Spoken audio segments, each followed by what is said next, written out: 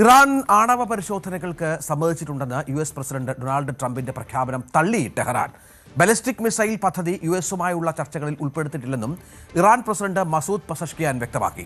ഇറാനുമായുള്ള ശത്രുത പുനരാരംഭിക്കുന്നതിന് മുൻപ് Trump American കോൺഗ്രസിന്റെ അംഗീകാരം തേടണമെന്നാവശ്യപ്പെടുന്ന ബിൽ യു.എസ്. സെനറ്റ് പാസാക്കിയതും ട്രംപിന് തിരിച്ചടിയായി. അതേസമയം ഇറാനുമായുള്ള കരാറിൽ ഹോർമുസ് കടലിടുക്കിൽ ഗതാഗത സ്വാതന്ത്ര്യം ഉറപ്പാക്കുമെന്ന് US. State secretary Marco Rubio ആവർത്തിക്കുകയാണ്. വിനോദ് ഏറ്റവും പുതിയ വിവരങ്ങളുമായി ചേരും. വിനോദ്, ഈ കരാറുമായി ബന്ധപ്പെട്ട് ട്രംപിന്റെ ചില വെല്ലുവിളികളും പ്രഖ്യാപനങ്ങളുമുണ്ട്. ട്രംപ് മാത്രമല്ല, JD വാൻസും കഴിഞ്ഞ ദിവസം ഇതുമായി ബന്ധപ്പെട്ട് പറഞ്ഞിരുന്നു. പക്ഷേ ഇപ്പോൾ ഇതെല്ലാം പൂർണ്ണമായും തള്ളുകയാണ്. പ്രധാനപ്പെട്ട ഒന്നെന്ന് പറയുന്നത് ഹോർമുസിലെ നിയന്ത്രണം തങ്ങളുടെ പക്കലുണ്ടാകും, ആണവ പരിശോധന അത് അനുവദിക്കില്ല എന്ന് പറയുന്നു. ഒപ്പം US അനുവദിക്കുന്ന തങ്ങളുടെ മരവിപ്പിച്ച് വെച്ചിരിക്കുന്ന പണം അത് US ഉൽപ്പന്നങ്ങൾ മാത്രം വാങ്ങാനേ ഉപയോഗിക്കും എന്നുള്ള ട്രംപിന്റെ പ്രസ്താവനയും തള്ളുന്നു. അങ്ങനെ രണ്ടാം ഘട്ട ചർച്ചകൾ ആരംഭിക്കുന്നതിന് മുൻപ് ആകപ്പാടെ ആശയക്കുഴപ്പമാണല്ലോ.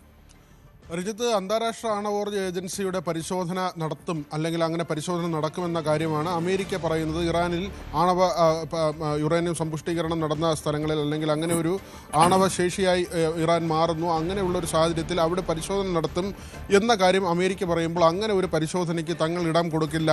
അല്ലെങ്കിൽ അമേരിക്കയുടെയും ഇസ്രായേലിൻ്റെയും ആക്രമണം നടന്ന ഈ അണ്വായുധം, അല്ലെങ്കിൽ അവർ പറയുന്നത് ഊർജ്ജാവശ്യത്തിനെന്ന കാര്യമാണ്, അവിടെ യുറേനിയം സമ്പുഷ്ടീകരിച്ചിട്ടുണ്ട്.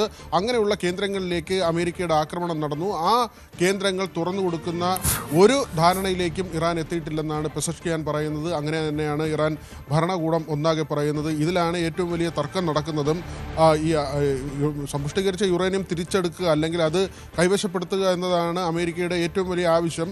അവിടെ പരിശോധന നടത്താൻ പോലും അനുവദിക്കില്ലെന്ന നിലപാടിൽ ഇറാൻ നിൽക്കുകയും ചെയ്യുന്നു. അതുകൊണ്ട് തന്നെയാണ് ഈ ചർച്ച ഇനി എവിടേക്ക് പോകും, അല്ലെങ്കിൽ എങ്ങനെ ഇതിനൊരു പരിസമാപ്തി ഉണ്ടാകും, സമാധാന കരാർ എന്നത് എത്ര ദിവസം നിലനിൽക്കും എന്ന കാര്യങ്ങളിലൊക്കെ തന്നെ വലിയ സംശയമുണ്ടാകുന്നത്.